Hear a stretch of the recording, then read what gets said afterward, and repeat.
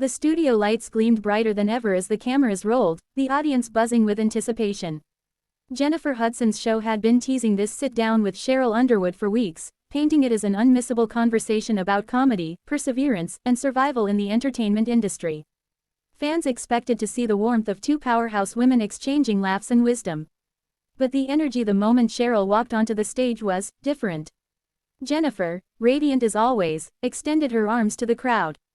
"Ladies and gentlemen, make some noise for the one and only, Sheryl Underwood." The applause thundered through the studio, claps and cheers echoing with excitement. Sheryl entered with her usual confidence, shoulders back, smile flashing, but her eyes told another story. The smile didn't reach them. She waved briefly, almost curtly, before taking her seat. Jennifer leaned in with her trademark charm. "Sheryl, welcome, sis.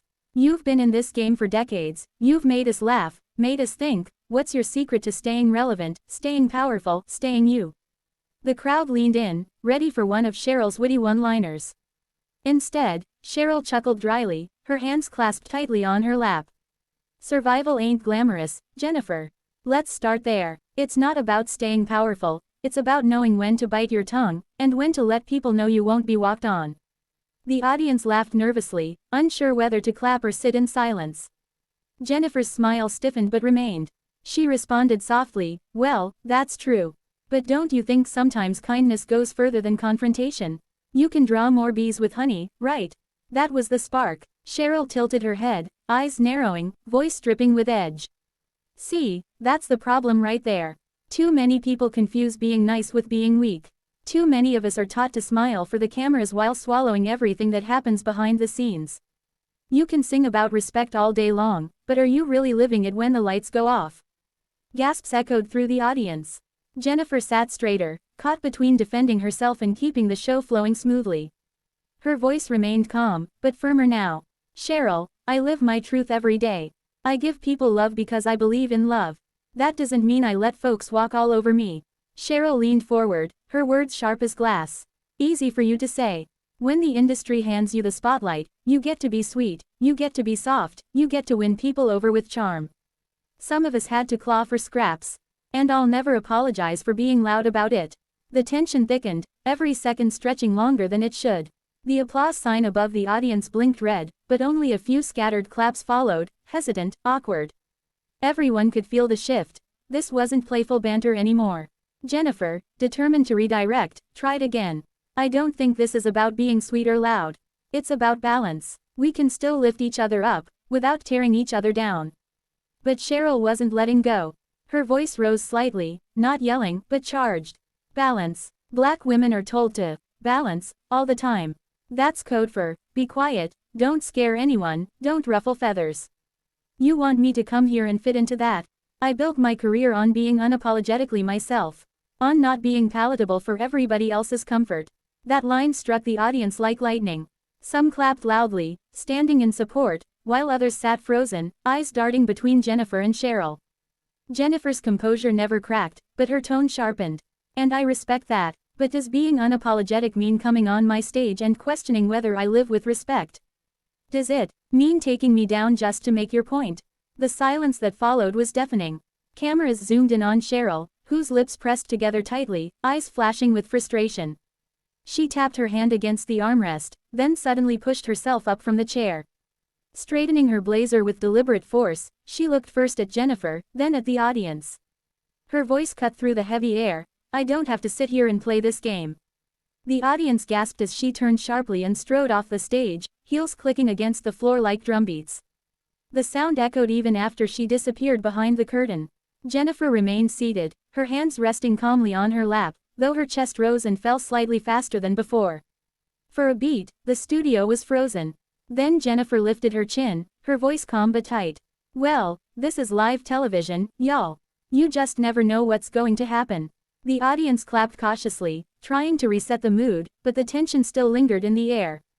Everyone knew they had just witnessed something raw, unplanned, and unforgettable. The moment Sheryl stormed off the stage, the studio transformed. The audience didn't know how to react. Some gasped, some clapped nervously, and others whispered to their neighbors, replaying in their minds the sharpness of the exchange. Jennifer Hudson sat frozen for only a second before gathering herself. She inhaled deeply, then turned toward the cameras with the poise of someone who had weathered storms before. "Well," she said, forcing a small laugh, "this is live television. You never know what's gonna happen." The band struck up a quick, upbeat riff, trying to reset the energy, but everyone could feel the tension buzzing under the surface. Jennifer transitioned into a cooking demo with her next guest, cracking jokes and smiling, but the sparkle in her eyes seemed dimmed. The audience clapped on cue, yet many still exchanged glances, silently processing the spectacle they'd just witnessed. By the time the cameras cut to commercial, whispers filled the room. Backstage, meanwhile, the scene was electric with chaos. Sheryl paced the narrow hallway, her heels pounding against the linoleum. Her voice echoed as she vented to the producers. "Don't you dare spin this on me. Don't you dare. I didn't come here to be made into some caricature. I came here to speak my truth. And if people can't handle that, that's on them." One producer, his headset tilted off one ear, cautiously tried to calm her. "Sheryl, please, we can fix this. If you want, we can bring you back after the break." Sheryl cut him off with a sharp wave of her hand. "Fix this. The only thing that needs fixing is the way y'all expect women like me to soften up so folks can feel comfortable. Jennifer may be America's sweetheart, but I'm not here to play nice for ratings." Her words hung heavy, laced with years of bottled frustration. As she stormed toward the exit, staff members trailed behind her, pleading for her to reconsider. But Sheryl didn't look back. The click of the stage door shutting behind her felt final. Inside the studio, Jennifer leaned against her chair during the commercial break, her face briefly dropping the polished calm. Her assistant whispered, "You handled that beautifully. Don't let it shake you." Jennifer nodded, but her mind was elsewhere. The confrontation hadn't just been heated, it felt personal.